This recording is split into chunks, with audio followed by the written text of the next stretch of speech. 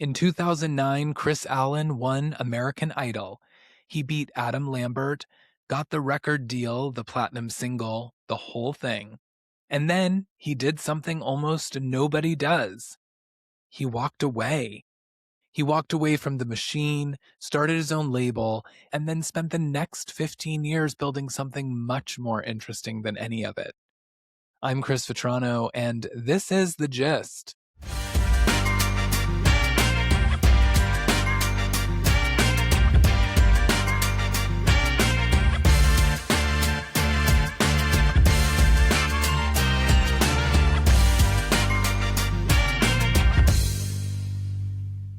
Hello and welcome to The Gist. I'm your host, Chris Vetrano, here to break down all the things in pop culture and interviewing the people that make it pop. On today's show, I'm sitting down with Kris Allen.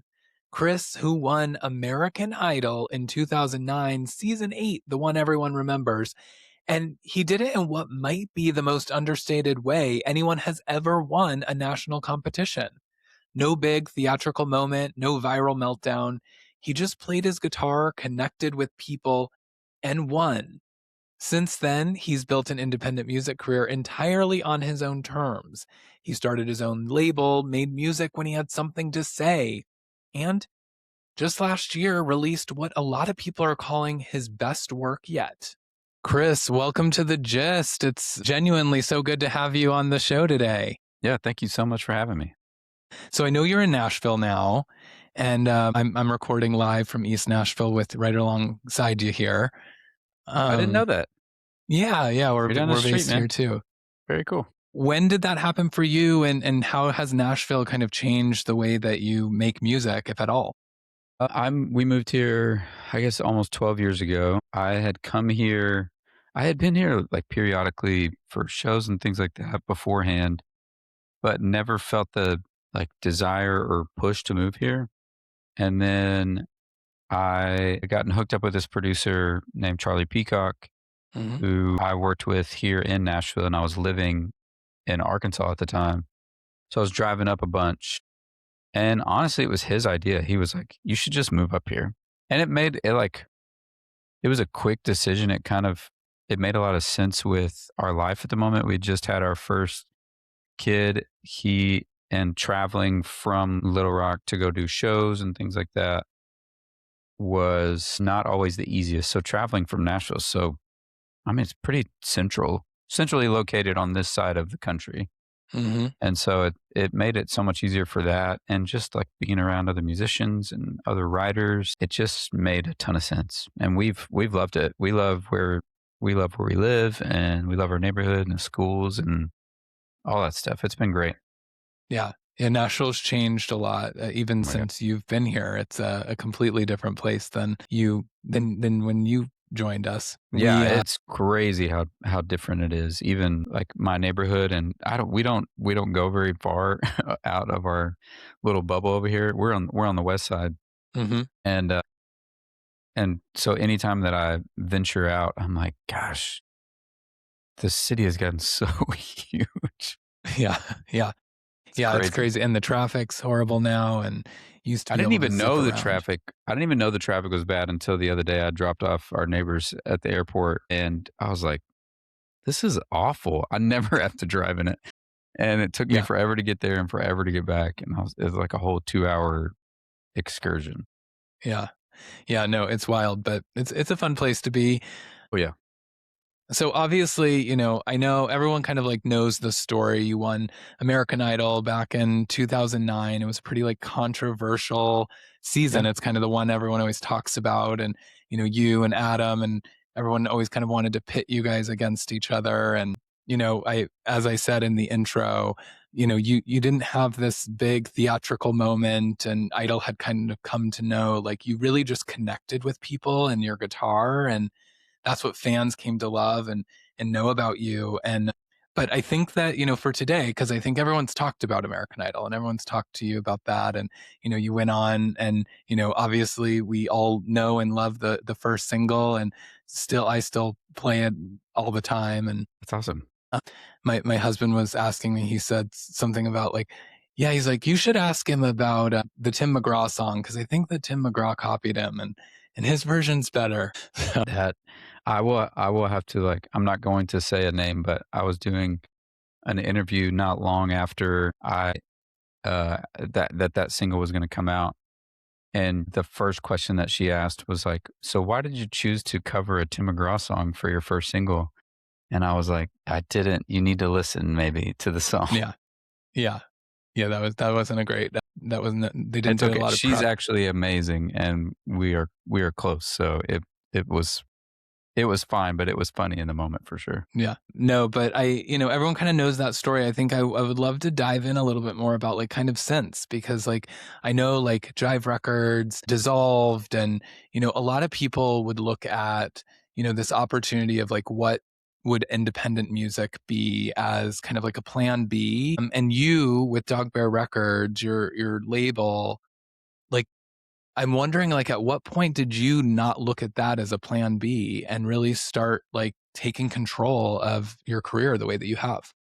Yeah. So that first record, you sign this record deal, and it's like a 5 album. I mean, there's a lot to say, but this is a long answer, so I'll try to keep it as short as possible. But that first thing that you sign is like a 5 album, contract. And so we did the first one, and then Jive like disintegrated, and we knew some of us that were on there were gonna get moved around or dropped, and so they moved me over to RCA. I think because of probably one person in particular. I I do think that I had someone that was really looking out for me over there named Joe Riccatelli, who's just like one of the greatest people that I've met in this business. I've met some interesting people, Oh yeah, sure. and some really great and some fine and some not so great. He was like one of the like top tier people that I met in the music business part of things. And I think he really like I think he kind of like saw a vision for it, and also believed he just believed in me, I think. Yeah. And I think still does. So he took me over to RCA, and then I made a record there. But that one was so interesting because right when I put out that second album, my management contract was ending, Mm, and then also the label was getting a new president. mm, And so they weren't doing anything for me. It was very interesting. And so I was like, so we were having to do everything on our own. And even in that time for that second album. And so I learned a lot. Like if I'm going to do this, there are certain things that I have to do on my own, and not by myself, but like with the help of the people around me and the people that care about me. Like I surrounded myself with people that I really loved and cared about, and they fought for me and did things for me that I didn't even know to do. So after that, I was like, I think I just learned a lot, and the idea of trying to find another label felt weird and maybe like it didn't make sense. And I I felt like with the labels, I was always having to prove that the things that I was giving them was good enough. mm. And it just got exhausting. And so I was willing to like take that chance on that third album and just kind of do it my own. Yeah. And it was weird. I mean, we learned a lot through that too. It's like we learned so much. Like first of all, that if you're fronting all of the money for everything, you start to go like, should we spend this? Whereas like Mm, the labels are collectively spending way too much money, especially at that time. yeah. And Especially so, with the American Idol kind of yeah, machine behind it too. Yeah. The I think I still have like a book that's this thick of the expenses for the first album, and it wow. was wild. I remember Yeah. because I didn't know what was happening while it was happening, and then we got like some sort of expense book afterwards, and I was like, I have to hang on to this because this is absolutely insane, the amount of money that you guys are spending just to like make music. Yeah. I mean, it's also probably really good that, like, now you have a label and you're doing this independently, like, you have that insight of, like, this is what that took, and I think, like, not a lot like, there's so many people that get thrown into those types of machines, and they never think about what's in that book, and they never think about how much it is actually costing, and, like, at least you have the insight to know because that's probably helping you as you're kind of navigating music now. For sure. I mean, I think we probably went too far into the let's not spend money. Like we Mm, can just guerrilla style this on that first album. And so we learned like, okay, with the next one, we need to do this. And we just like, it's just, it's always learning and the times are changing. And so you're like trying to spend money on different things or trying not to spend money because of yeah, social media. Cause social media maybe was different in 2014 than it is in 2026, you know? yeah. So yeah, it's just, I feel like it's always just trying to learn and figure out what's best for the project and what's going on right now. And financial situations or whatever, you know? Yeah.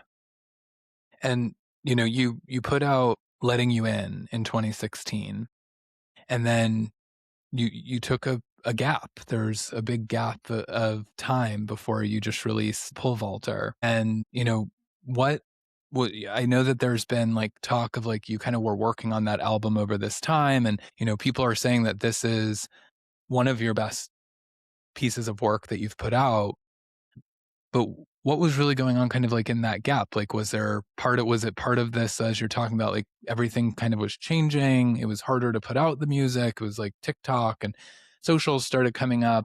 I know obviously COVID happened during that time. Like, take me a little bit into that gap year or those gap years. Yeah, yeah. I would say years. I think we spent a lot of time. I did play a lot of shows around that time, but I think there was a lot going on at different times. I think COVID happened and that was very weird. Mhm.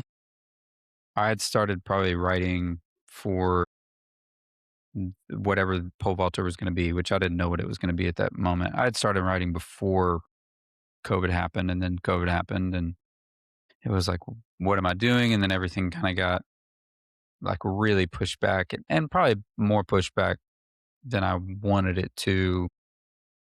And I'll blame myself for that. But I also think that I had family wise, there's a lot going on too, like in a good way. We have 3 kids and my wife runs a company. And I think for so long that while I spent so long on the road and, she would have to do a lot while taking care of the kids. And so she has dreams and aspirations herself. And this thing that she's started has kind of blown up. And so I think that I'm not saying that she's like asking me to take a step back, but there are more things that I have to do in our family. And in a way, I really enjoy that. Like I enjoy doing dad stuff. Like I love it. I know, that you mentioned that there was, like, during COVID, you started writing and you started writing stuff about, like, the stuff you haven't said yet. And at that point, you had put out records, and you had shared a lot. I mean, you shared your life on one of the biggest programs in the world. And Hmm. what was it about COVID that and obviously, like, I know about the crash in 2013. Hmm. Like, you know, what was it in COVID that you were feeling like you were able to express and go there kind of for the first time? And was it COVID that really brought that out? I don't know if it was COVID specifically. I think that time and like the ability to slow down probably brought some things out Mhm.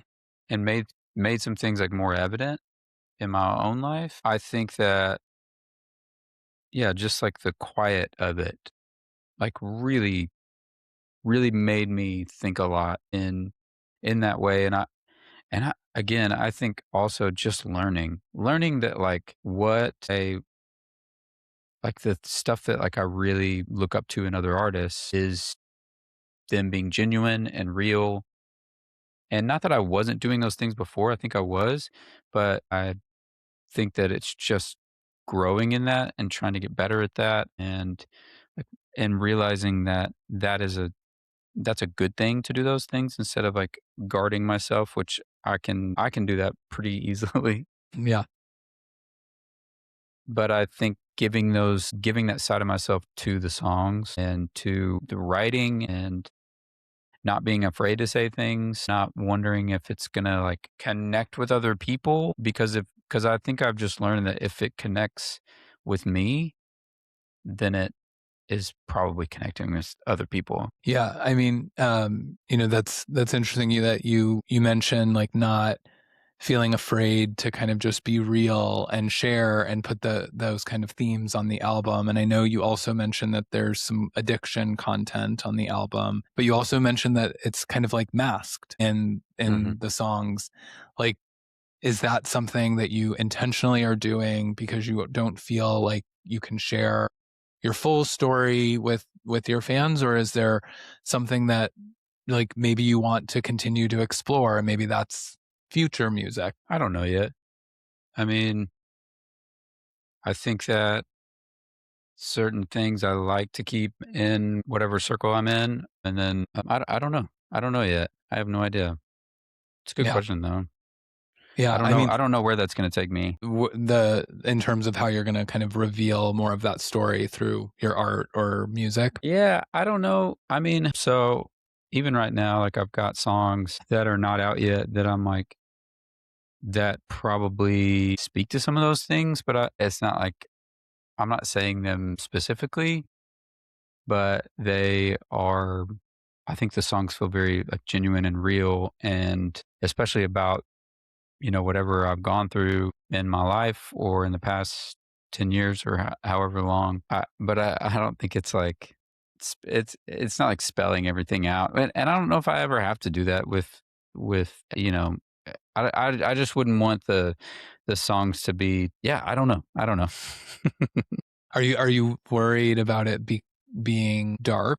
No, I'm not so worried about it being dark.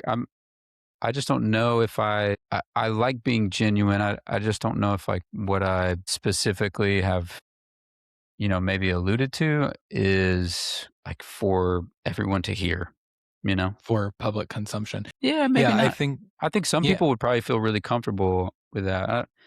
Yeah. Yeah. I push on this. This is a topic. It's close to me. I've been in the music industry for many years on the management side. I don't Yeah, do it anymore because now I just want to like talk to artists and man, I don't want to have to be thinking about I feel like, you. yeah, I don't want to have to like worry about you to that level, but I want to be able to connect and talk and so I like doing this rather than that. And but when I was doing it, I worked with an artist and we put out a record around the kind of theme of addiction and really about the process of coming out. And it was really this incredible story that like it did exactly what you were just kind of talking. It didn't like spell things out in a Yeah. salacious TMZ clickbaity kind of way, right? It's like it's telling your story in a way that like fans or people that are listening to those songs like can actually relate to and connect with. And some of it is like sad and some of it is like tough and you know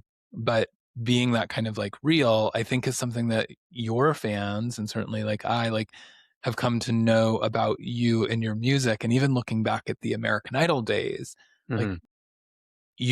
I think one of the reasons you won, if not the reason you won, I mean, obviously your talent, let's start there. But I think the other reason is like you really did connect with the audience and people really felt like they were rooting for you, that you were their neighbor, their son, their, you Hmm. know, they were your coach. Like they, I think, truly connected. And so, I saw that you had said that you had kind of masked this and that maybe someday you'd talk about it and not, but, and I wondered, like, I wonder if that is a result of oversharing maybe through the American Idol days or like being so public and being so where you do feel this like obligation to share certain things, or if it's something else that just is like you kind of want to just keep to yourself and keep private and what that kind of looks like.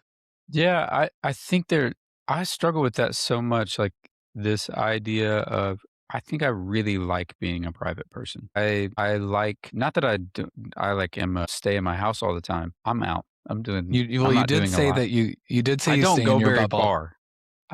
I stay in my neighborhood maybe. Okay. But I'm out. Like I see people. I'm not like a curmudgeon or anything, which is Yeah. fine if that's what you are. just can't even remember what I was gonna say.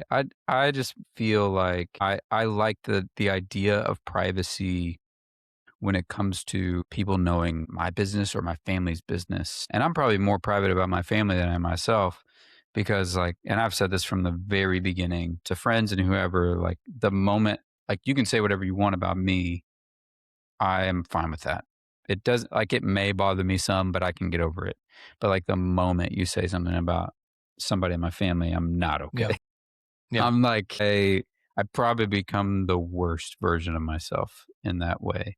And so I try to keep my family off like social media and things like that because like we're all flawed and we all have things and my family's not perfect in any way. And so I like the idea of being private, but I also want to connect to people. Hmm. So to do that, you have to like give them some version of yourself or like some part of you and to like do, but I also don't want to give them everything because I like to be private. And Yeah. so there's that struggle of like how much do you give and do you spell things out? Do you reveal things that maybe you wouldn't reveal? You know, I don't know. It's very it's a I talk about it I think about it a lot. And sometimes that struggle of even just that specifically like keeps me from doing anything sometimes, you Hmm. know?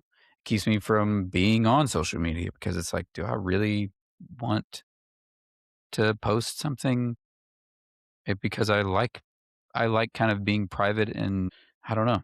I don't know. Yeah. It's very Yeah. weird. Yeah. I mean, it is an interesting thing to think about because also with the crash, obviously you for listeners, like you were in a bad accident, and that was New Year's Day, right? New Year's Day In 2013.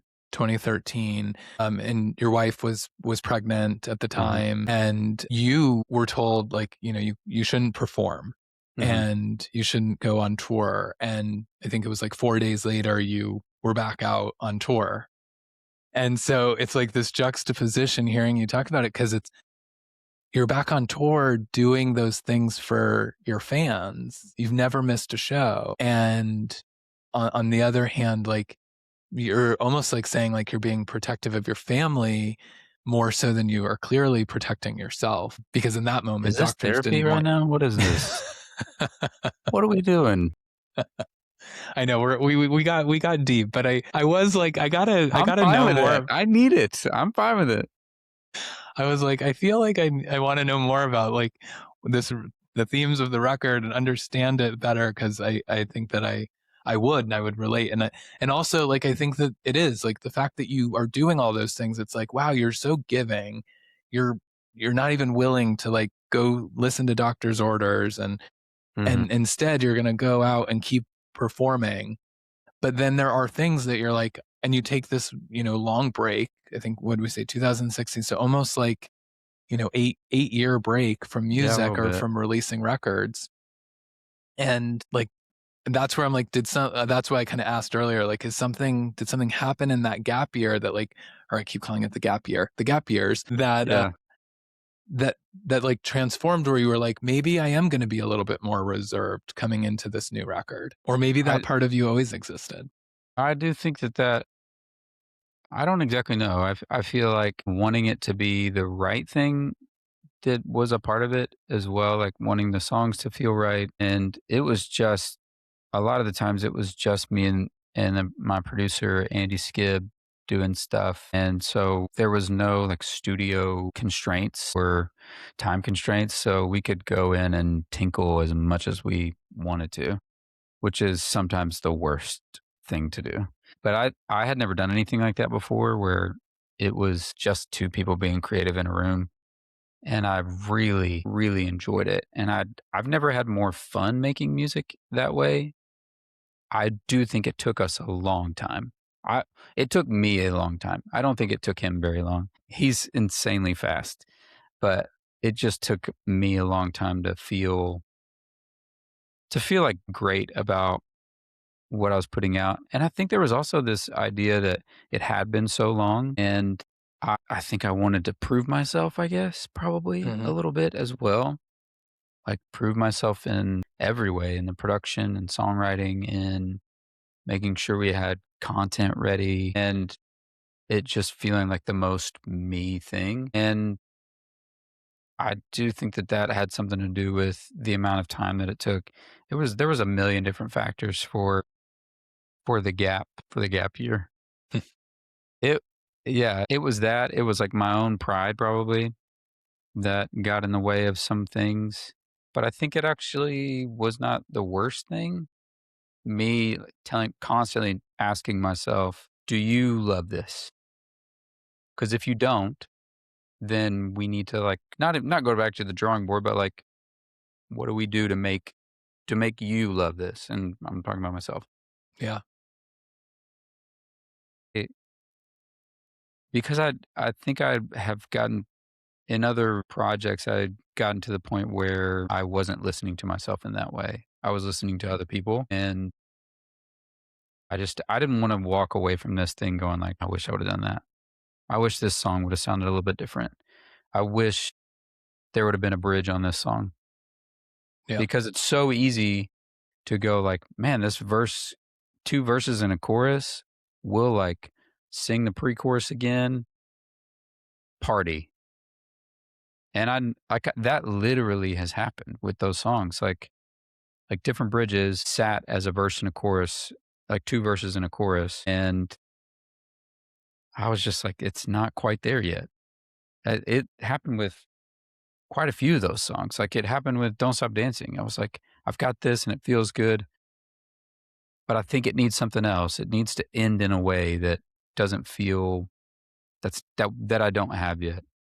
Indigo was like very chordally simple, and I was like, I like this, but I don't think the music max or matches the lyric as much as I want it to. So went back to the drawing board on the chords and I found things that made me excited. And like it's still one of those songs that when I pick up a guitar, it's the first thing I play because I like it.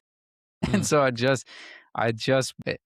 I think I'm a slow processor as well when it comes to lyrics. I will edit over and over again just to feel something from it because I can go into a writing session. I mean, I've this has happened many times where I've gone into a writing session with someone and and I leave because I don't leave like without saying anything, but like I'll be like, I think we're done because we're starting to go somewhere that I don't like, Mm, mhm. but just give me a little bit and I'll send you something back. And it might, I mean, could be 6 months later, and I'll send them a demo, and they'll be like, I had forgotten about this song, but like I actually really like this. And so Yeah. I just think that there was many factors, life, craft, not being fast. Yeah. I mean, I think that's probably the balance of being independent is you don't have, you know, the machine of an RCA sort of breathing down your neck for the record to be done. And Mhm. because I guarantee that if they were there, that record would have been out a lot sooner, right? Oh, But so you yeah, get to like create and take your time with it. But then I think the outcome is probably so much better, right? Like I know you have said many times, like, this is your best record. I And think it's so. probably because of that, because you've been able to take the amount of time to really get all of the songs right. And otherwise you kind of end up with you end up finishing a song, or you end up putting something on, the record that you're like, I don't really want to perform that anymore. Yeah, and I mean that happens so much. There are albums that I have where there are songs on the albums, and maybe this happens to everybody, but like there are plenty of times that I've recorded songs that I was even in the moment I was like, I can't I don't want this to be on the album, but I know Yeah. it kind of has to be. Yeah. And I also think I was just thinking about this too, like the time to make music, I've never had it.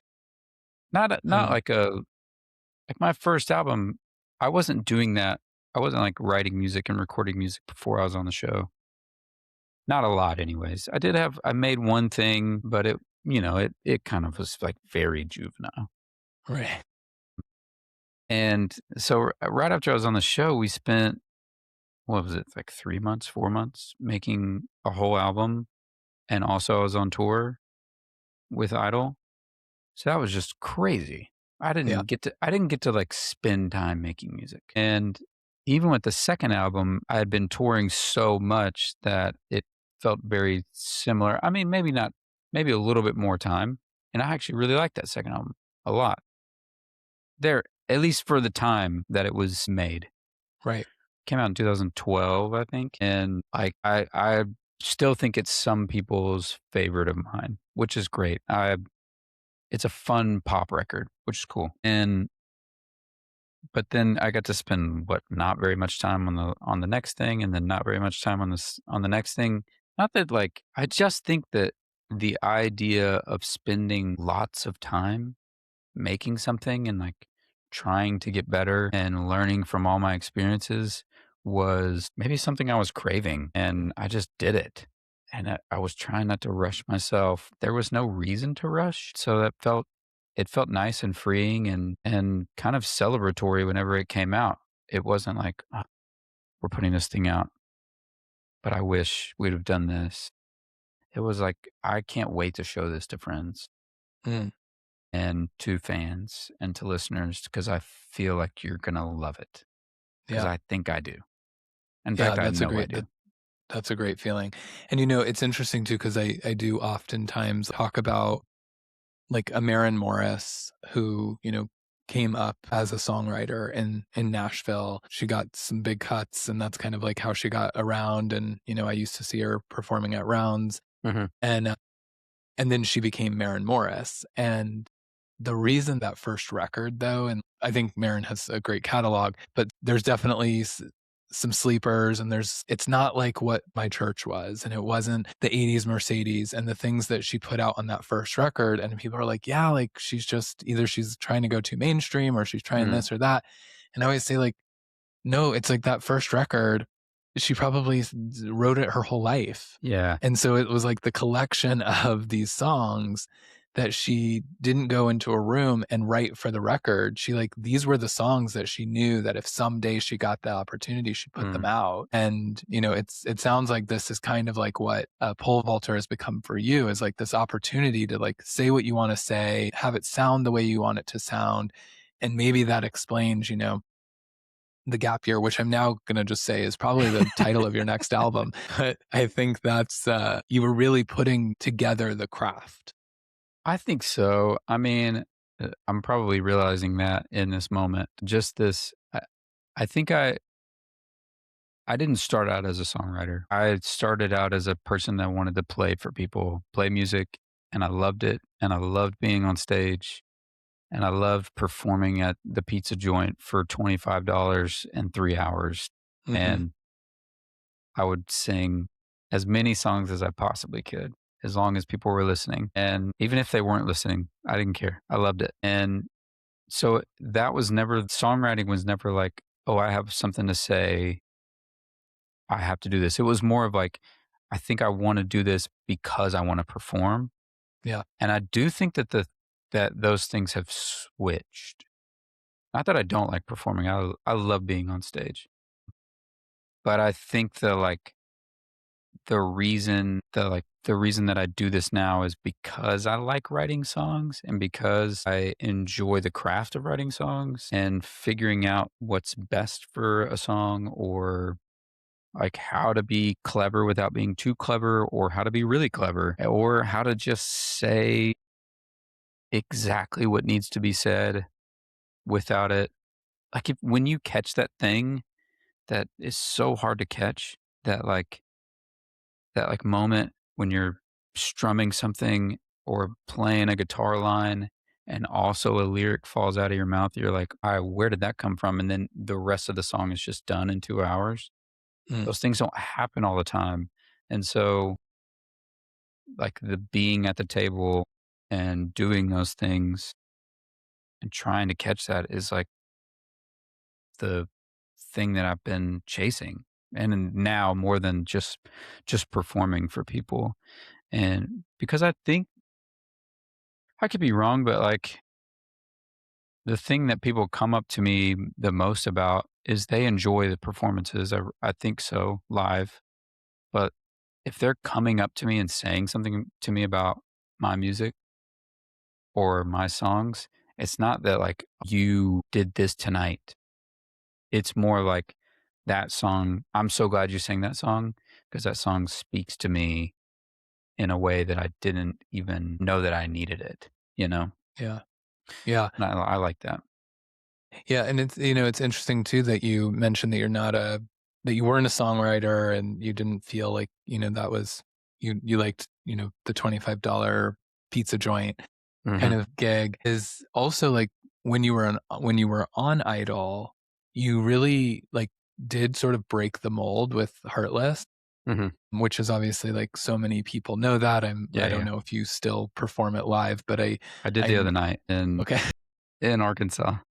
Yeah, I know, but I know that you, like, bring people up on stage when you've done it in the past and stuff, like, it's, it was such a big pivotal moment, and I felt like after you did that, you started noticing on American Idol, like, more of the artists, like, tried to recreate, like, what you were doing, Yeah, yeah. which really was, like, you producing and you maybe not writing the song, but, like, you really took a creative approach that hadn't really been done before. And, we started this by talking about a Tim McGraw cover. Is like you actually like so, and you were on a cover show, but you did it in a way that like still felt so authentically you. Mhm. And even though you weren't maybe like at the time didn't feel like you were a songwriter, like you clearly had the gift for that art.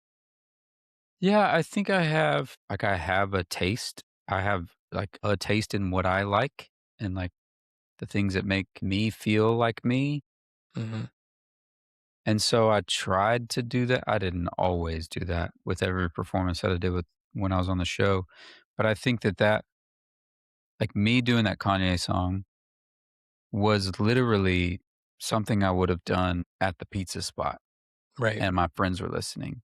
Like, it was like, "This song is rad. How do I play this by myself and it sound like me?" And so that was the easiest thing that I did on the show. I wasn't trying too hard. It was I remember playing it for we have, like, vocal coaches, Hmm. and I had, Dorian and Michael Orland, and I played it for 'em, and they were like, "No notes?" They're like, "Do you want us to do anything?" And we like, "Do you want the band?" And I was like, "I don't think so." Even though that feels insane to not play with this band that's out there, they were like, "I think it's great. I think it's fine. I think you should be" and yeah, so I do feel like and just growing up playing music and all that, I've always played by myself a lot in my own room. So I know the things that, like, I'm capable of and I wanna sound like. So, yeah, it's Did always been in you there. did you sense when you did that live? Like, did you sense how big it was, like, in that moment? Could you tell, like, "Oh, this just redefined my place on the show," and, like, I know in interviews, like, and I said we weren't gonna talk about Idol, and here we No, are, it's but fine. I'm you fine to talk about it. mentioned that, Adam was consistent all season, and, he was clearly, like, a front runner, like, early on just because of his vocal abilities and things and his, stage presence and all of the things that kind of came. But was there a maybe it wasn't Heartless, but was there a moment that you went like, I actually I've got this." I think there were 2 moments. There was I remember doing Falling Slowly and feeling pretty good about it, feeling like this is kind of I like the idea that this is a little bit off the wall song choice and then, like, making it work. I liked that, and I felt like I'm at least here for a little bit longer, and I liked that. And I would say that Heartless, I didn't know because it was Heartless was top 3. So it was me and Adam and Danny. And I don't I knew I felt good about it and I knew it worked. I knew that like the thing that I wanted to happen Happened. worked. It like Yeah. worked. I didn't know if it was going to put me into the finale because Danny's so good and Adam is so good, and they're very powerful in the way that they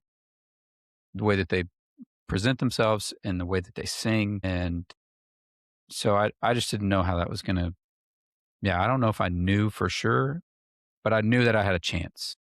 Whereas Yeah. maybe before that, I don't know if I did. Yeah. I mean, I do wonder if that's totally true because I feel like I mean, I think that Heartless won you the whole thing. So I that's why I was like, I wonder if you could feel it. And also, I know you're like probably more shielded at the time too, so you maybe didn't realize like the reaction to it. But Yeah, that's a I huge part of remembered it. like I was like, well, I think he won. I think he just won the show. I wish you would have told me because no, I felt good about it. I felt really good about it. Like, I think I felt confident. I just didn't know if it was enough to get me to the next week just because Danny and Adam had done so much for themselves. But yeah, I didn't know. Yeah. Yeah, we didn't know anything. Like social media wasn't a thing. So we didn't know how like big or not big something was. There were weird forums that you could look at. Yeah. Yeah, no, for sure. No, I think, and you know, do you still keep in touch with any of the Idol folks? And you know, I've had a number of different Idol contestants on the show from different seasons, and you know, it seems like there's a good posse that usually comes out of each season that like does keep in touch. Yeah, I would say there are a few people from my season that I keep in touch with. It wasn't too long ago. I had a long conversation with Adam, and it was so good. It had been a really long time since I talked to him. I've seen Danny here and there. I mean, there's a lot of us here in Nashville, so sometimes we just see each other. I would say the most consistent people that I see though are David Cook and Melinda Doolittle. Mm, Those are like we try to have lunch as much as possible, and I just love the both of them very dearly. But there's so many people from even my season. Like I feel like me and Matt Gerard send random texts to each other. Me and Anoop talk about sports. Anytime that I'm in Utah, I'm always hoping to see Megan Joy just because she's an absolute just just a joy. yeah, She's yeah, so just a great person and so uplifting. Allison Irahita, anytime that I get to see her, is just like she was all of our little sister yeah. we were on the show and on tour and stuff. And so we She all, was like a powerhouse. oh my gosh, Yeah, if you want, like, she was my favorite. And that's no disrespect to anybody else that was on the show that season, but she was my favorite, and I was always hoping for her to get through, even over me. Because just like I knew, I believed in her, and I still believe in her, and I think she's doing things for herself now, which is amazing, and I love seeing her success. yeah. I think like you know, it's tough on those types of shows too because it's like there was already Kelly Clarkson and there was a like and and even like some of the idols after Kelly Clarkson kind of started her career that started coming off the show and like even mimicking some of her sound and look and kind of going that direction. Yeah, And I think like that sort of worked against Allison in that way because I was like maybe. Allison was like such a powerhouse that I was like, oh Huh. yeah, this in the beginning I was like this could be the winner. But yeah, but she is super talented and it's just cool even just hearing you list off everyone's name like you know it's like it's such a and the show's still going on and there's so many people, but I mean back then like American Idol was like so magic and nowhere else in the world were you like really seeing these groups of people that all from all different walks of life that are so talented and then like they're coming together. It's like alumni, like you guys just it's like going to high school with these people. Like you check in, you see them like Adam's like, you know, Freddie Mercury now and like it's like that's just it's wild that you guys are all kind of doing this. I do think that there was a beautiful thing about that era of the show where the like YouTube wasn't a thing. You know, putting out your own music was so hard to do and it seemed so like almost impossible, you know? And so I think the show did such a great job of finding these diamond in the rough sort of things. I don't think it was always that way. I do think that there was some people that were asked to be on the show or whatever around that time, but there I think that happens a ton now, whereas back then, like, I had to Oh, yeah. wait in line for so long. It was like Yeah. 12 hours with 14,000 people in Louisville where we all tried out. I don't think that's happening anymore. Yeah. Uh, and so I feel blessed to be on the show when I was on the show because I think it was I would never try out now for the reason of like you're able to do a lot of the things that the show can do for you Right. because there it just doesn't seem like there's promise of I don't want to speak bad about the show, but like it doesn't seem like the like setup after the show is the same Yeah. No, as I what it mean, was. yeah, and you know, when you were on the show was about finding stars.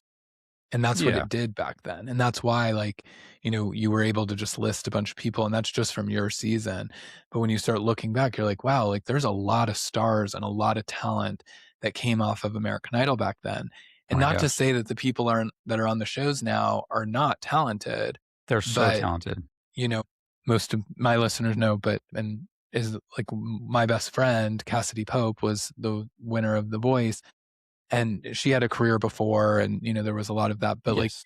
and she doesn't speak badly about the show, so I'm not speaking on her behalf. But like the shows now are not about finding talent. They're about entertainment and Mhm. about the judges and the personalities that they bring on and what they can do for TV ratings. And so they're not focused on, I mean, the fact that you guys went on tour after the season, like they Yeah. invested in like truly making you guys stars where they just don't do that anymore. And it's not the same show. It's about judges rather than talent. And like you said, now people can just go in their bedrooms and record an album and put it out. And Yeah. I mean, that's not always easy to do either, and you're not promised anything when you do that, but at least like that opportunity is available to everyone. And I'm sure it was available in some way to me during that time, but I didn't know that, you know.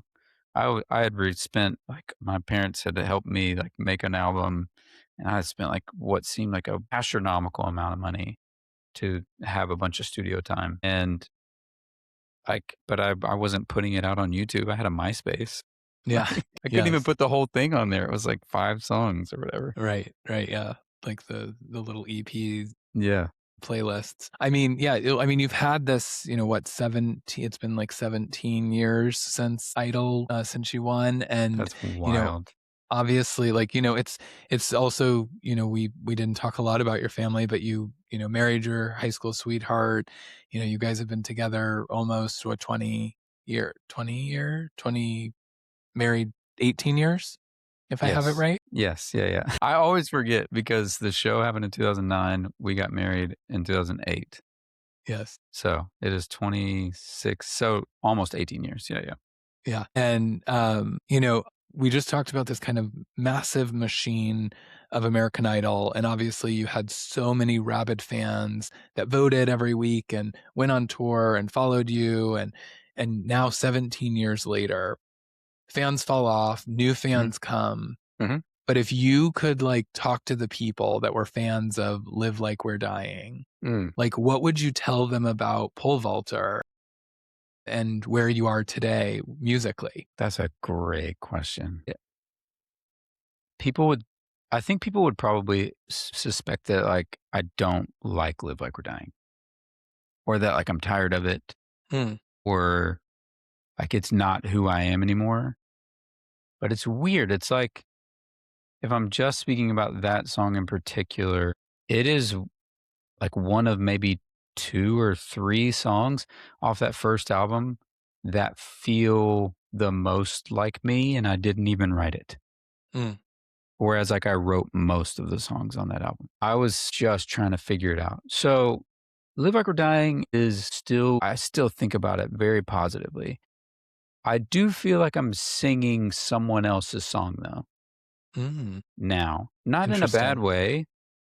I think, like, so much has happened, and like, that song is so in my, like, muscle memory that I'm not having to think about it, and so it's like going I don't wanna think when I'm playing the song live, it doesn't feel like karaoke, but I Mm. think that in my head, I think about it like that a little bit, It where was but it also I mean, it was around the time of Idol, so that makes sense because you were doing so many covers and that Yeah, was yeah. what came and so it was like it was your first song, but it was kind of coming off of the success of covers.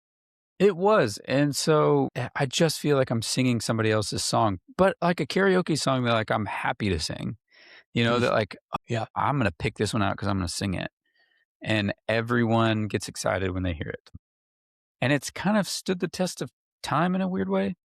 Oh, yeah. I don't it was played a lot, but maybe not too much, whereas, like, Do you some songs get played too much, and, right. like, Yeah, yeah, yeah. I don't think that Yeah. was Live Like We're Dying. I feel like I'm not skirting your question, I'm just trying to, like, wrap my head around it a little bit. So, I do feel like the person that I am now is different from that person, and I feel like the music is more I mean, I had a friend tell me with pole vaulter, someone that I've known since college, who also makes music, who I've written songs with and all that. He was like, "Dude, this is easily you're the most you that I've ever heard you do."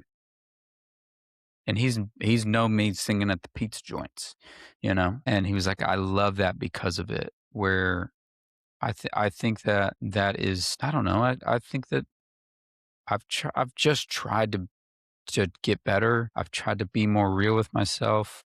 I've tried to get better at playing and producing and writing, and I think all that stuff has come out in especially the last album, and I think it's always been doing that since I started this whole process Yeah. 17 years ago.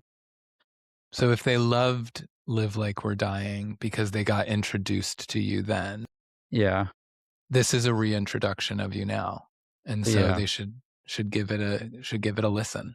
I think so. I feel like it's a reintroduction. Yeah, I don't feel like it feels the same. I don't feel like that first album and this one feel I don't think they feel like the same artist to me, but I could be wrong. Maybe I'm thinking too highly or differently about this than I should. But I think they feel very different to me. Yeah, and as they should. I mean, we talked about like all the time that has passed. Like no one stays the same forever. And if you were still that artist that you were then, would you have evolved into anything that would be worth listening to? And I think now you've got more story to tell. I think so. But I also, it comes with like caution of I think the next thing probably won't sound anything like the last thing.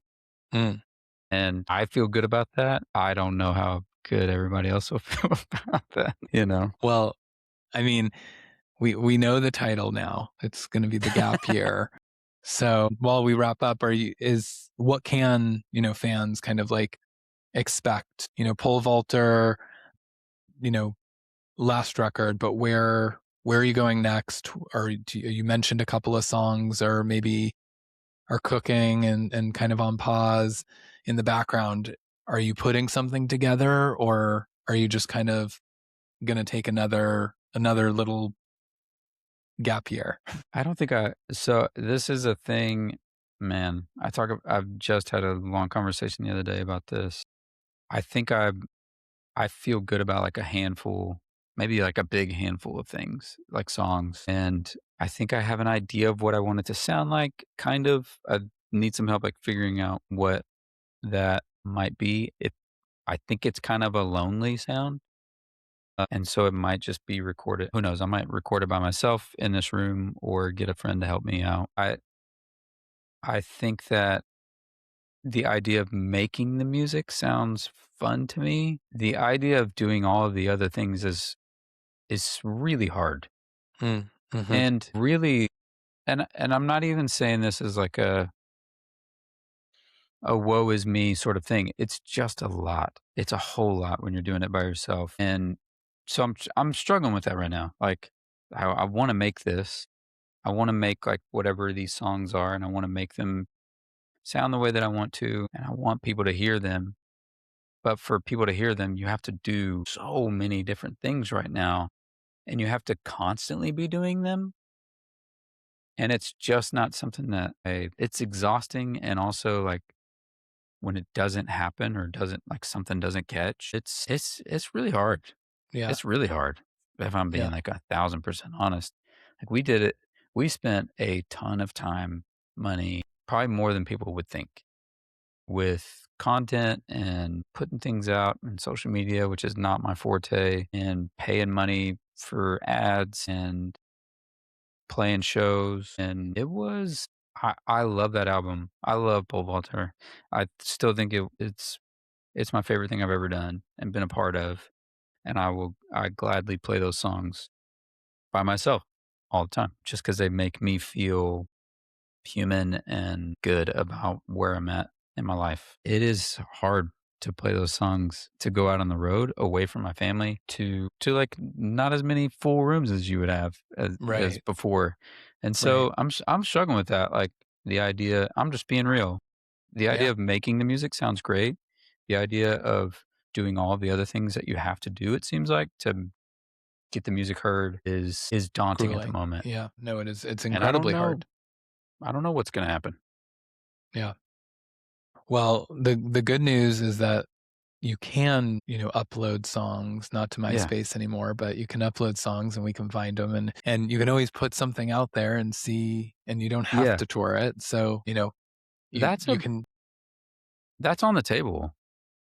That really is on the table. The idea of just like, why don't I just spend time creating and making things and then just putting it out? And then if something happens, great. If something doesn't, like, whatever, you did it and you feel good about it. And then go do it again, because I do enjoy it. Like, I enjoy the music making process more than I ever have. And that I enjoy that part. And it also keeps me at home because we're at a point in our lives where it's like our kids are weird ages. They're 6 to 12. And so if I'm gone for a weekend, I miss a ton of Yeah. things.